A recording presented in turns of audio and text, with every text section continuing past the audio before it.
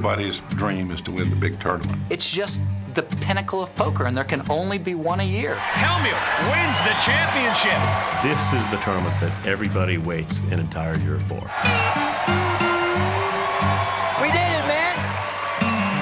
During the 1980s, the tournament actually had very flat numbers. It didn't grow. The 2003 World Series of Poker main event, that's the breaking point. The list of entrants, 839 players long, the most ever here at Binion's, and they have actually had to employ a downstairs poker room to hold the overflow. They had tables that were actually half inside Binion's and half outside on Fremont Street. There was just so many people there. And it was like, oh my, where did everyone come from? This huge increase of players was primarily a result of the explosion of online satellites. One more man I have to mention before we get underway at our featured table. His name is Chris Moneymaker. He won his way into this tournament by winning a $40 entry fee internet tournament. He was an amateur. He was an accountant by trade and played poker recreationally. Just a regular guy, an accountant for a restaurant chain, here with the big boys. That was the appeal for spectators at home, because we could relate to a guy like Chris Moneymaker. Chris Moneymaker knocks another big player out of the tournament. He's the guy that you work with. He's your next door neighbor. He's your cousin. He's your brother. Guys, the game's on. You ready to have some fun? You ready to have some fun?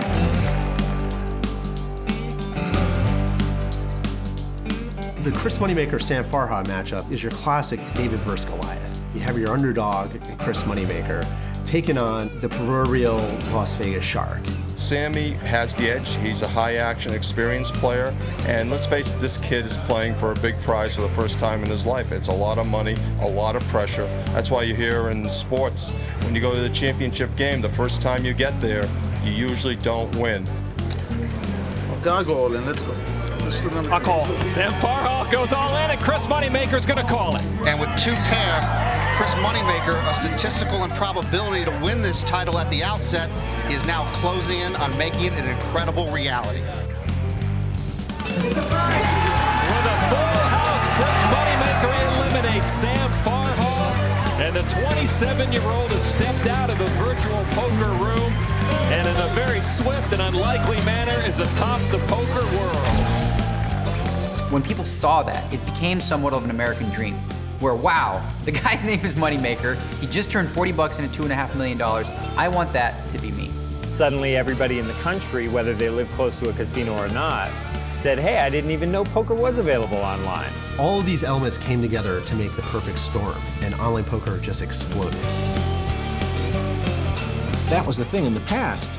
If you weren't from like Vegas, LA, Atlantic City, a couple other spots, you basically couldn't be a great poker player. And that's really the reason that online poker has done so much, because it made it possible for anyone, anywhere, to become potentially the greatest poker player in the world.